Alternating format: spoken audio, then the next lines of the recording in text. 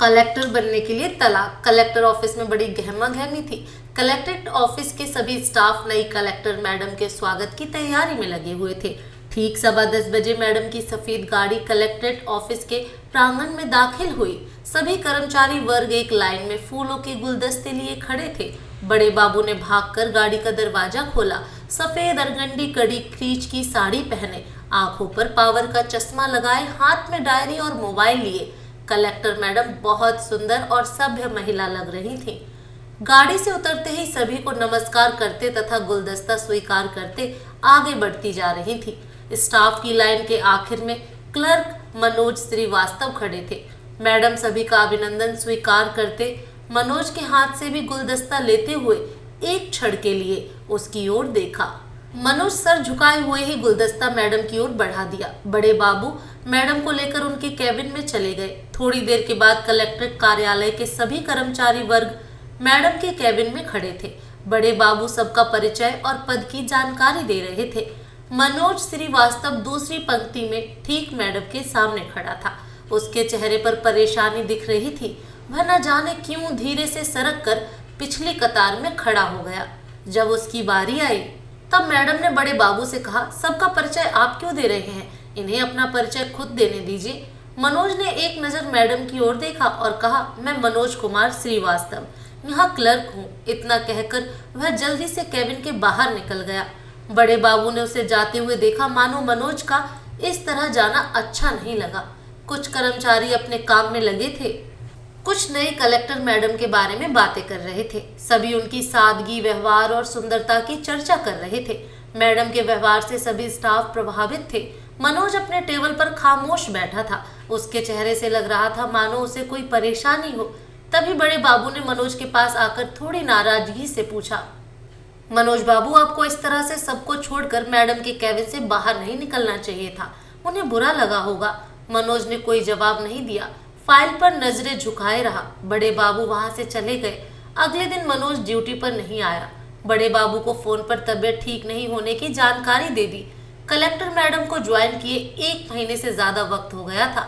इस दौरान सभी स्टाफ किसी न किसी काम से मैडम के पास जा चुके थे या मैडम ने उन्हें बुलाया था। सिर्फ मनोज एकमात्र कर्मचारी था जिसे ना तो मैडम ने कभी बुलाया था और ना ही मनोज उनके सामने गया था।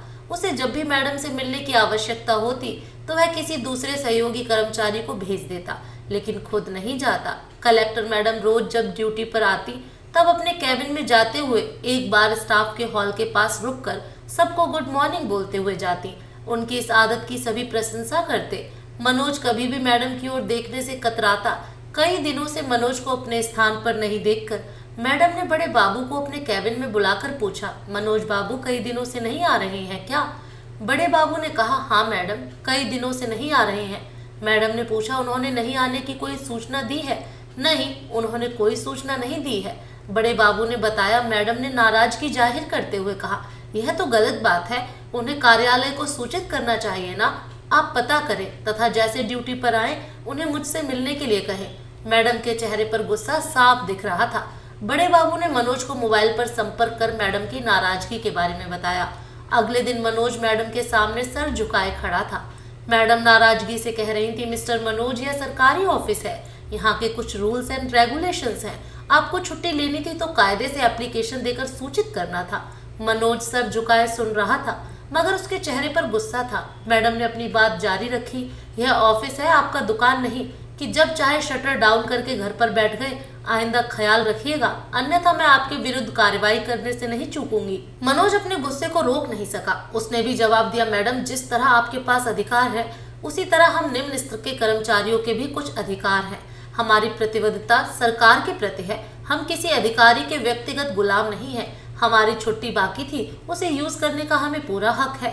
इतना बोलकर मनोज केबिन से बाहर निकल गया। मैडम नाराजगी से उसे जाता हुआ देखती रही।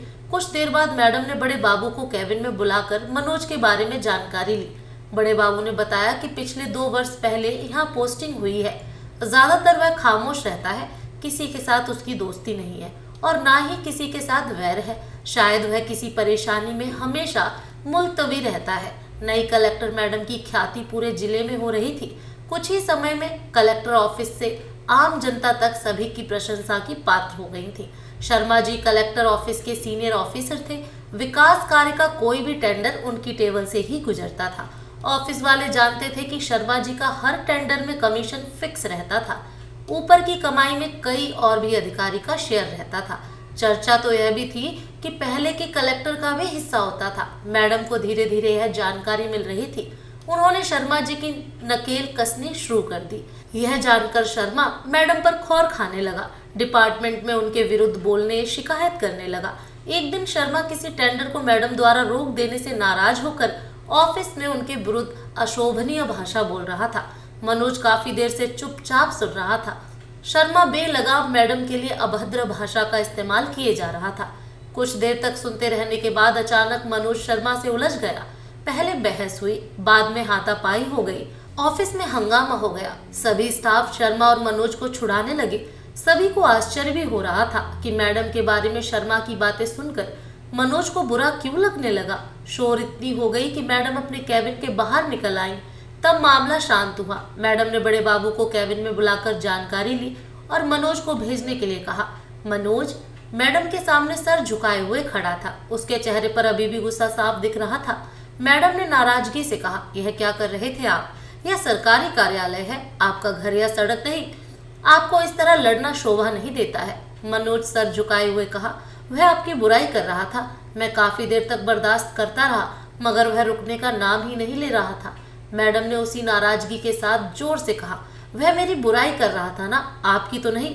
मैं उस पर नियम के अनुसार कार्रवाई कर सकती हूँ।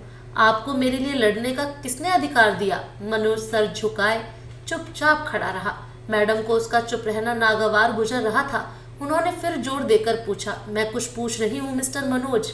मनोज ने सर उठाकर सीधा मैडम की आंखों में देखने लगा। उसकी गुस्से से लाल आंखों को देखकर एक बार मैडम भी नर्वस हो गई। मनोज ने गुस्से से कहा, हम अलग हो गए तो क्या? मैं आज भी तुम्हारे लिए कोई गलत बात कहेगा तो मुझसे बर्दाश्त नहीं होगा। इतना बोलकर मनोज तेजी से बाहर निकल गया। मैडम चुपचाप उसे जाता हुआ देखती रही। उनके चेहरे पर कई तरह के भाव आ जा रहे थे। उसकी आंखें छलछला आईं, जिसे उन्होंने जल्दी से रुमाल निकालकर पोंछ लिया। इस घटना के बाद भी मैडम और मनोज में दूरी बनी रही।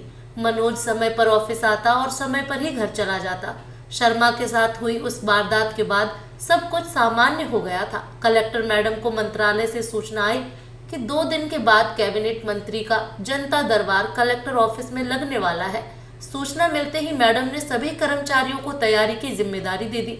मंत्री जी को किसी तरह की शिकायत नहीं हो, इसका ध्यान रखना जरूरी था। जिस दिन मंत्री जी को आना था उस दिन सभी स्टाफ सुबह जल्दी आ गए, मगर मनोज का कहीं पता नहीं था। मैडम की नजर बार बार उसे ही ढूंढ रही थी। काफी देर तक जब मनोज नहीं दिखा तो उन्होंने बड़े बाबू से जानकारी लेने को कहा। बड़े बाबू को मालूम हुआ कि कल रात में कुछ बदमाशों ने मनोज पर कातिलाना हमला किया है। वह बुरी तरह घायल अवस्था में एक प्राइवेट हॉस्पिटल के आईसीयू में बेहोश पड़ा है। यह सूचना बड़े बाबू ने मैडम को जैसे ही बताया, वह बुरी तरह नर्वस हो गई। बड़े बाबू भी मैडम की अवस्था को देखकर अवाक रह गए। मैडम ने बड़े बाबू को एक तरफ बुलाकर कहा, बड़े बाबू मुझे अस्पताल जाना पड़ेगा, आप यहाँ की जिम्मेदारी देख लीजिए। बड़े बाबू ने आश्चर्य से मैडम को देखते हुए कहा, मैडम आप नहीं रहेंगी तो मंत्री जी नाराज हो जाएंगे। मनोज बाबू के लिए मैं दूसरे स्टाफ को अस्पताल भेज देता हूँ, आपका यहाँ रहना जरूरी है। मैडम जल्दी जल्दी अपना बैग लेकर गाड़ी की तरफ जाते हुए कहा, मेरा अस्पताल जाना उससे भी ज्यादा जरूरी है। वह गाड़ी बैठकर चली गई। बड़े बाबू और कुछ स्टाफ आश्चर्य से देखते रहे।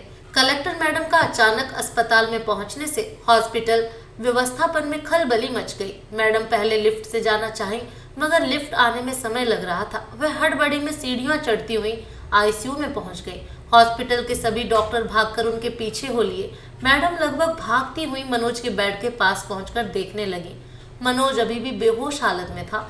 मैडम काफी देर तक उसे गौर से देखती रही। मनोज की हालत देखकर उनकी आंखें डबडबा आईं, जिसे उन्होंने बड़ी सफाई से छुपा लिया। उपस्थित डॉक्टर से मनोज की हालत के बारे में पूछा तो डॉक्टर ने बताया कि हालत खतरे से बाहर है, थोड़ी देर में होश आ जाएगा। मैडम ने डॉक्टर को हिदायत दी कि इलाज में किसी तरह की कमी नहीं होनी चाहिए। मैडम का फोन लगातार बज रहा था, जिसे वह नहीं रिसीव कर रही थी। आईसीयू केबिन से बाहर निकलने के बाद उन्होंने फोन उठाया और कहा कि वह जल्द आ रही हैं। कलेक्टर ऑफिस से मंत्री जी नाराज होकर जा चुके थे। बड़े बाबू ने मैडम से इस तरह जाने के बारे में पूछा, मगर उन्होंने कोई जवाब नहीं दिया। 1 हफ्ते बाद मनोज को हॉस्पिटल से छुट्टी मिल गई थी। वह अपने घर पर आराम कर रहा था। मैडम उस दिन के बाद अस्पताल तो नहीं गई, मगर बड़े बाबू से उसका हालचाल लेती रही। बड़े बाबू को मैडम की मनोज के प्रति चिंता और व्यवहार आश्चर्यचकित कर रहा था। वह समझ नहीं पा रहे थे कि मैडम और मनोज के बीच क्या संबंध है। मनोज को आराम करते हुए 2 हफ्ते हो गए थे। एक दिन छुट्टी के बाद मैडम ने ड्राइवर को मनोज के घर चलने को कहा। साथ में उनके सुरक्षा रक्षक की गाड़ी भी थी। गाड़ी मनोज बाबू के घर के बाहर रुकी। मनोज बिछावन पर पट्टियों में लिपटा पड़ा था। दवा खाने के लिए पास के टेबल पर रखे पानी और दवा को लेने में कठिनाई हो रही थी। उससे बेड से उठा नहीं जा रहा था। तभी दरवाजा खुलने की आवाज सुनकर मनोज ने उस ओर देखा। दरवाजे पर मैडम खड़ी थी। मनोज अचानक उन्हें देखकर असहज हो गया। मैडम दरवाजे से चलती हुई टेबल के पास पहुंचकर जग से गिलास में पानी डाला और मनोज की ओर बढ़ा दिया। मनोज खामोशी से गिलास लिया और दवा खाने के बाद कहा, आपको इस तरह यहाँ नहीं आना चाहिए था। ऑफिस में लोग तरह तरह बातें बनाएंगे। मैडम ने कहा, यही बात तो शर्मा से लड़ने से पहले तुम्हें भी सोचनी चाहिए थी। लोग बातें तो बना रहे होंगे। मनोज चुप हो गया। मैडम पास में रखी कुर्सी पर बैठ गई। दोनों खामोश थे, जबकि दोनों कुछ कहना चाह रहे थे। मैडम कमरे में बिखरे सामानों को देखने के बाद पूछा, यहाँ अकेले रहते हो? मनोज ने झेपते हुए कहा, हाँ अकेला रहता हूँ। कुछ देर तक सर झुकाए मनोज को गौर से देखते हुए मैडम ने फिर पूछा, अकेले क्यों? बीवी बच्चे साथ में नहीं रहते या उन्हें भी छोड़ दिया है? मनोज खामोश रहा। मैडम ने एक बार और पूछा, क्या हालत बना रखी है कमरे की? कैसे रह लेते हो? सामान बिखेरने की तुम्हारी पुरानी आदत गई नहीं अभी तक।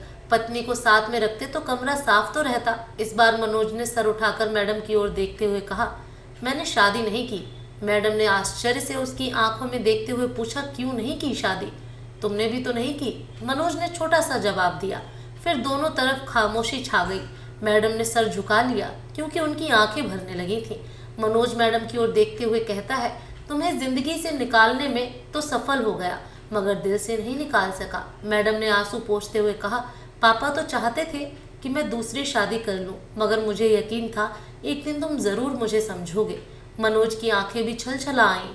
उसने हाथ से आंसू पोंछते हुए जवाब दिया, हम दोनों ने अपनी नादानियों के चलते कितने साल बर्बाद कर दिए। मुझे क्षमा कर देना सुधा। थोड़ी देर की खामोशी के बाद मैडम ने कहा, तुम पर हमला शर्मा ने करवाया था। मैंने उसे सस्पेंड कर दिया है और उसके खिलाफ पुलिस में FIR भी दर्ज करवाया है। मनोज ने कहा, फिर तो लोग और भी बातें बनाएंगे। तुम्हें यह सब नहीं करना चाहिए, वह तुम्हें भी परेशान करेगा। मैडम ने जवाब दिया, यही फिक्र तुमने 5 वर्ष पहले की होती तो आज हम साथ होते। मनोज ने गौर से मैडम को देखते हुए कहा, मैंने जो किया वह तुम्हारे भले के लिए किया था। मैं तुम्हें समझा सकता था, मगर माँ बाबूजी को अपने और तुम्हारे हिसाब से चलने को कैसे कहता? मैडम ने कहा, मैंने क्या मांगा था? बस यही ना कि मेरी पढ़ाई जारी रख दी जाए, मगर उन्हें मंजूर नहीं था। वे लोग चाहते थे कि मैं घरेलू बहू की तरह घर गृहस्थी संभालती रहूं। तुम भी मेरे विरुद्ध हो गए थे। मनोज ने कहा, तुम्हारी शिक्षा के विरुद्ध मैं कभी नहीं था, मगर इस वजह से रोज रोज की खिचखिच से तंग आ गया था। ना तुम समझती थी और ना ही माँ और बाबूजी। मैं क्या करता? इसका रास्ता सिर्फ तलाक लेना तो नहीं था। तुमने मुझे मेरे मायके जाने पर मजबूर कर दिया, जबकि तुम्हें मेरा साथ देना चाहिए था। मैं पढ़ना चाहती थी। यह तो अच्छा हुआ कि तुम्हारे भेजे हुए तलाकनामे पर मैंने साइन नहीं किया। पापा तो बोल रहे थे, मगर मुझे मंजूर नहीं था। देखो, आज मेरी मेहनत और विश्वास ने मेरे सपनों को साकार कर दिया। मैडम बोलते बोलते रोने लगी। मनोज की आंखों में भी आंसू भर आए। उसने मैडम के हाथों को पकड़कर सिसकते हुए कहा, मैं तुम्हें समझ नहीं सका सुधा। मैं परेशान होकर तुम्हें अपने घर से चले जाने को कह दिया।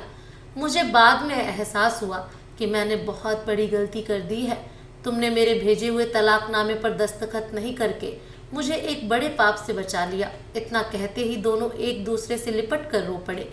कुछ देर के बाद सुधा कमरे से बाहर निकलकर ड्राइवर और सुरक्षा रक्षकों से कहा, तुम लोग चले जाओ, मैं सुबह ऑफिस में मिलूंगी। ड्राइवर और सुरक्षा स्टाफ मैडम को आश्चर्य से देखते हुए चले गए। सुधा कमरे में लौटकर दरवाजा अंदर से बंद कर लिया। तो दोस्तों, आपको ये कहानी कैसी लगी कमेंट करके जरूर बताएं। फिर मिलूंगी एक नई कहानी के साथ।